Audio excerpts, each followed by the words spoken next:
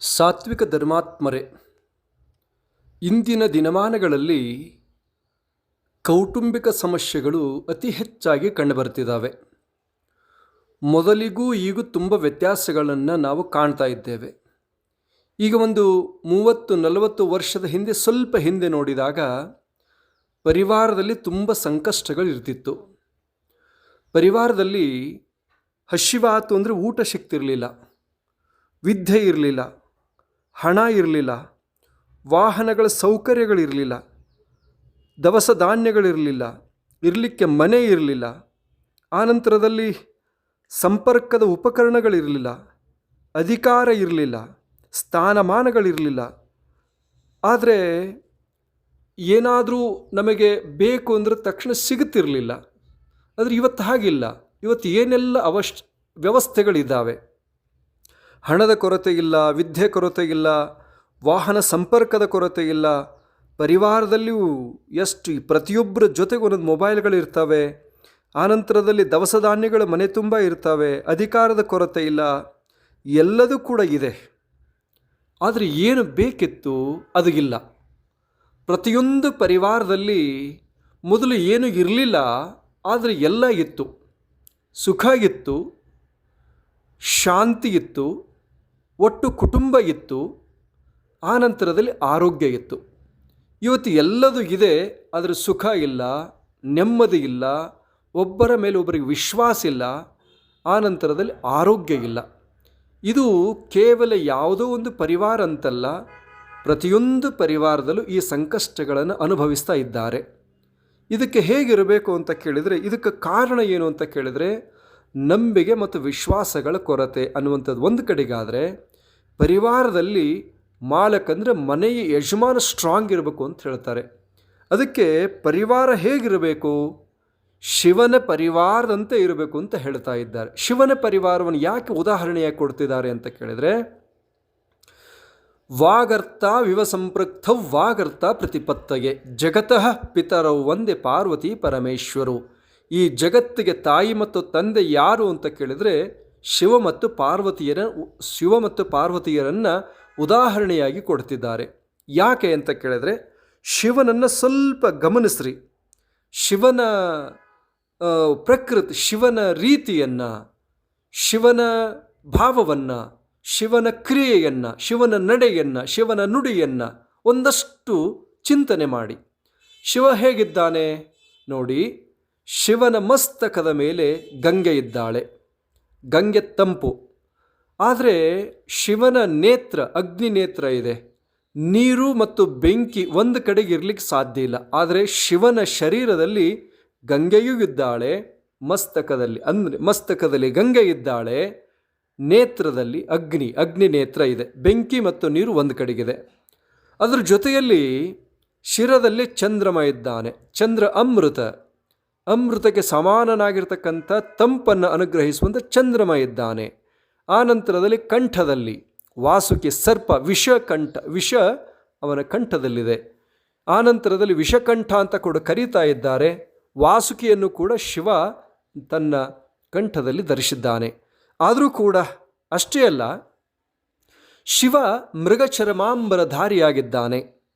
ಆನಂತರದಲ್ಲಿ ಮತ್ತೊಂದು ವಿಶೇಷತೆ ಏನು ಅಂತ ಕೇಳಿದರೆ, ಶಿವನ ವಾಹನ ನಂದಿ, ಪಾರ್ವತಿಯ ವಾಹನ ಸಿಂಹ. ಆದರೂ ಕೂಡ ಅಲ್ಲಿ ಜಗಳ ಇಲ್ಲ. ಆನಂತರದಲ್ಲಿ ವಿಘ್ನೇಶ್ವರ ವರಸಿದ್ಧಿ ವಿನಾಯಕನ ವಾಹನ ಮೂಷಕ ಅಂದರೆ ಇಲಿ, ಕಾರ್ತಿಕೇಯನ ವಾಹನ ನವಿಲು. ಒಂದಕ್ಕೊಂದು ಸಂಬಂಧವಿಲ್ಲ. ಆದರೂ ಕೂಡ ಬಾಂಧವ್ಯ ತುಂಬ ಚೆನ್ನಾಗಿದೆ. ಎಲ್ಲ ಒಂದೇ ಅಂಗಳದಲ್ಲಿ, ಒಂದೇ ಪರಿವಾರದಲ್ಲಿ, ಜೊತೆಯಲ್ಲಿ ಇರುವಂಥದ್ದನ್ನು ನಾವು ಕಾಣ್ತಾ ಇದ್ದೇವೆ. ಅದಕ್ಕೆ ಹೇಳ್ತಾರೆ ಏನು ಅಂತ ಕೇಳಿದರೆ, ಶಿವನ ಪರಿವಾರ ಜಗತ್ತಿನಲ್ಲಿ ಉದಾಹರಣೆಯಾಗಿ ನಮಗೆ ಕಂಡು ಬರ್ತಾ ಇದೆ. ಅದರ ಜೊತೆಗೆ ಮಹಾದೇವ ಬಹಳ ಉದಾರಿ ಇದ್ದಾನೆ.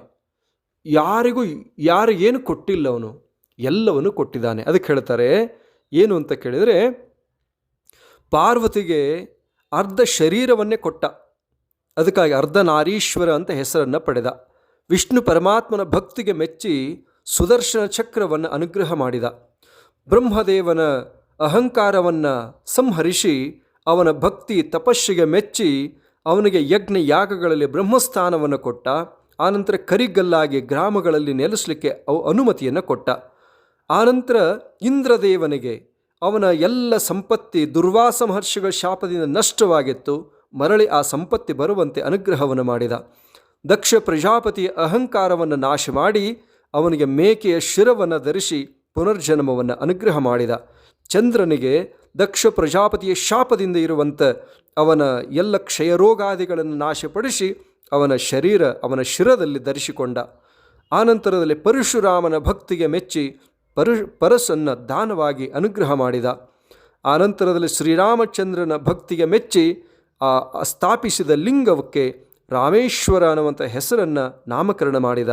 ಆನಂತರದಲ್ಲಿ ಪಂಚಪಾಂಡವರಿಗಿರುವಂಥ ಗುರುಹತ್ಯೆ, ವಸುಹತ್ಯೆ, ಭ್ರಾತೃಹತ್ಯೆ, ಸ್ವಗೋತ್ರಹತ್ಯೆ ಎಲ್ಲ ದೋಷಗಳಿಂದ ಅವರಿಗೆ ಮುಕ್ತಿಯನ್ನು ಕೊಟ್ಟು ಮೋಕ್ಷವನ್ನು ಕೇದಾರನಾಥನಾಗಿ ಅವರಿಗೆ ಅನುಗ್ರಹ ಮಾಡಿ ಮೋಕ್ಷವನ್ನು ಕೊಟ್ಟಿದ್ದಾನೆ.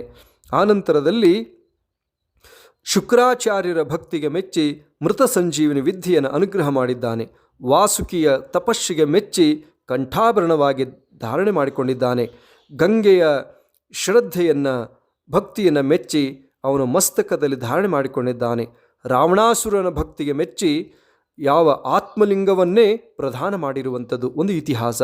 ನಂದಿಯ ಭಕ್ತಿ ತ್ಯಾಗ ನಿಷ್ಠೆಗೆ ಮೆಚ್ಚಿ ಅವನು ವಾಹನವನ್ನಾಗಿ ಸ್ವೀಕಾರ ಮಾಡಿದ್ದಾನೆ. ಅನಂತರ ದೇವಾನುದೇವತೆಗಳಿಂದ ಪೂಜೆಯನ್ನು ಪಡಿತಾ ಇದ್ದಾನೆ. ಎಲ್ಲ ದೇವಾನುದೇವತೆಗಳಿಗೆ ಅವನು ಮಹಾದೇವ ಅದಕ್ಕೆ ಹೇಳ್ತಾ ಇದ್ದಾರೆ, ದೇವಂಕೆ ದೇವ್ ಮಹಾದೇವ್ ಅಂತ ಕರ್ಕೊಂಡು ಬಂದಿದ್ದಾರೆ.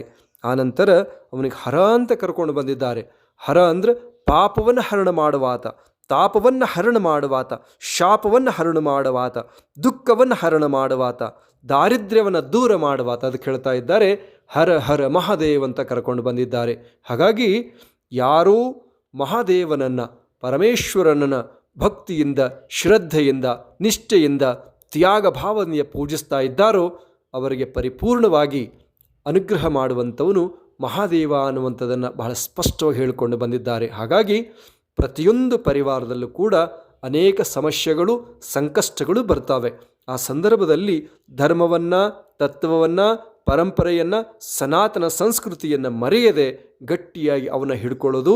ಅದರ ಜೊತೆಯಲ್ಲಿ ಪರಿವಾರದಲ್ಲಿ ಯಾವುದೇ ಸಮಸ್ಯೆಗಳಿದ್ದಲ್ಲಿ ಸತಿಪತಿಗಳು ಕೂತು ಚರ್ಚೆ ಮಾಡಬೇಕು. ಚರ್ಚೆ ಮಾಡಿ ಅದಕ್ಕೆ ಪರಿಹಾರವನ್ನು ಕಂಡುಕೋಬೇಕು. ಅವರ ಮನಸ್ಸಲ್ಲಿ ಒಂದು, ಇವರ ಮನಸ್ಸಲ್ಲಿ ಒಂದು ಇಟ್ಟುಕೊಂಡು ಮಾನಸಿಕ ಗೊಂದಲಗಳನ್ನು ಮಾಡಿಕೊಂಡು ಸಮಸ್ಯೆಗಳು ಹೆಚ್ಚು ಮಾಡಿಕೊಳ್ಳುವಂಥದ್ದು ಇವತ್ತು ಜಾಸ್ತಿ ಆಗ್ತಾ ಇದೆ. ಅದಾಗೋದು ಬೇಡ.